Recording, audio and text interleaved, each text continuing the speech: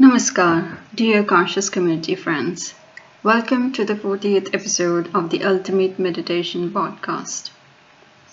One of the biggest factors that shape the quality of our life is the quality of our relationships. It is the connection we have with others, with our environment, and most importantly, with ourselves. Relationship does not just mean romantic relationships, but also friendships, family bonds, work dynamics, neighbors, people who work for us, people in the grocery shops, etc., and the relationship itself. A healthy relationship doesn't mean there are no arguments. It doesn't mean perfection. And it definitely doesn't mean constantly pleasing each other. A healthy relationship feels safe enough for truth. You can express yourself without fear of punishment, humiliation, or emotional manipulation. You don't have to shrink yourself to maintain peace. It should not feel like walking on the eggshell all the time. In healthy relationships, there is respect for boundaries, respect for individuality, and space for both people to grow. In healthy relationships, communication becomes a bridge, not a weapon. People listen to understand, not just to react. They take responsibility when wrong, and they don't treat love as control. Because love and control are not the same thing. Control says, become who I want you to be. Love says, I see who you are and I want your well-being. A healthy relationship also brings emotional balance.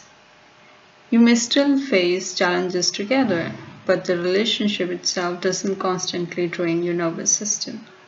You don't spend your days confused, anxious, walking on eggshells, or questioning your worth. Now contrast that with unhealthy relationships. Unhealthy relationships often begin with intensity, not depth. Everything moves too fast. Too much attachment too weakly, extreme highs followed by emotional crashes. There may be manipulation disguised as care, possessiveness disguised as love, or dependence disguised as loyalty. Sometimes the signs are subtle. You feel guilty for having boundaries or standing up for yourself. Your emotions are constantly dismissed. You are afraid to speak honestly. The relationship consumes your peace instead of supporting it. You keep hoping the person will become who they promise to be instead of seeing who they consistently are. One important lesson in life is that physical chemistry alone is not compatibility. Just because you feel strongly connected to someone does not automatically mean they are healthy for your life. Besides physical compatibility, there's also emotional, intellectual, spiritual, and financial compatibilities. Balanced individuals who are anchored in their truth form healthy relationships. And many people stay in unhealthy relationships because they confuse familiarity with love, or out of societal pressure, or out of convenience, or not being strong enough to take an independent stand for self. If chaos feels familiar from childhood, peace may initially feel boring. If inconsistency feels normal, emotional stability may feel strange. That's why healing yourself matters.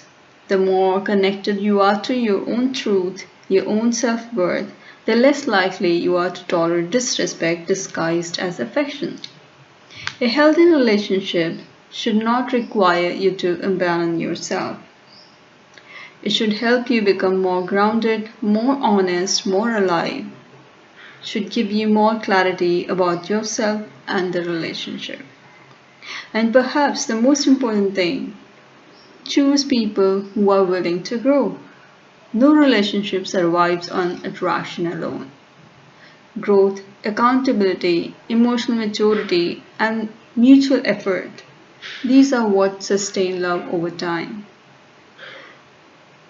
At the end of the day, the right relationships bring clarity, not constant confusion, peace, not persistent fear, expansion, not emotional suffocation. And sometimes the healthiest thing you can do is to have the courage and strength to walk away from what repeatedly harms your spirit. Thank you for listening to me so patiently. I will speak to you next time in another episode. Till then, please take good care of yourself and best wishes. Namaskar.